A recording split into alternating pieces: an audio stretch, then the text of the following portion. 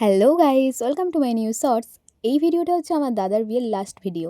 তোমরা যারা কন্টিনিউ আমার ভিডিও দেখো তারা তো অলরেডি পার্ট 3 পর্যন্ত দেখেই নিয়েছো, আর এটা হচ্ছে পার্ট 4। বৌভাতের দিন দুপুরবেলায় চলছিল ভাত কাপড়ের অনুষ্ঠান। এটাও একটা বিয়েবাড়ির রিচুয়ালসের মধ্যেই পড়ে।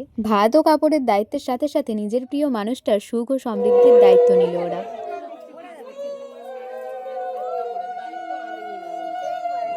আজ থেকে তোমার সারা জীবনে ভাত খাবারের দায়িত্ব নিলাম।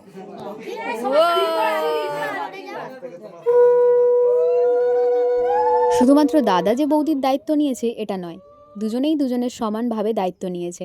একসাথে হাতে হাত রেখে জীবনের বাকিটা সময় ওরা একসাথেই চলবে। আর এই সুন্দর মুহূর্তটার আমরা সবাই সাক্ষী হয়ে থাকলাম। তারপর আর কি, দুপুর গড়িয়ে বিকেল হলো, আর আমরা সবাই মিলে রেডি হয়ে নিচ্ছিলাম বৌভাতের অনুষ্ঠানের জন্য।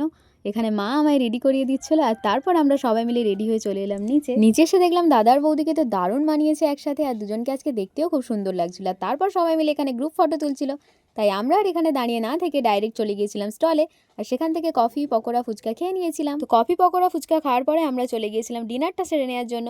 তাই সবার প্রথমে চলে গিয়েছিলাম খাওয়ার টেবিলে, আর সেখান থেকে শুরু করেছিলাম আজকের খাওয়া দাওয়া। তারপরে আমরা শুরু করে দিয়েছিলাম সবাই মিলে একসাথে খাওয়া দাওয়া। প্রথমেই খেয়ে নিয়েছিলাম নান আর চানা মশলা। মেনু কার্ড অনুযায়ী পরপর মেনুগুলো আসছিল, আর আমরা আমাদের খাওয়া দাওয়াটা কন্টিনিউ রেখেছিলাম।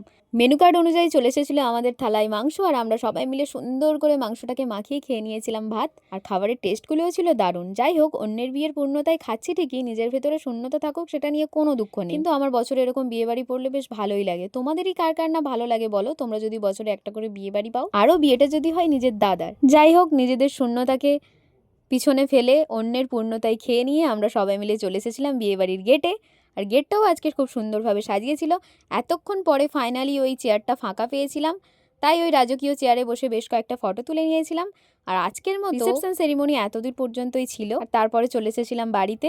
বেশ কয়েকটা দিন বেশ ভালোভাবেই কেটে গেছে, আর খুব তাড়াতাড়ি কেটে গেল দাদার বিয়েটা। আবারও একটা বিয়েবাড়ির অপেক্ষায় থাকলাম, জানি না আবার কবে বিয়েবাড়ি হবে, আর তোমাদের সাথে সেই ভিডিওগুলো শেয়ার করতে পারবো। সো এখন আমাদের বাড়ি ফিরতে হবে। সো চলো এখন আমরা বাড়িতে যাই, আর তোমরা ওর শর্টসের জন্য সাবস্ক্রাইব করে দিও। Bye bye, tata.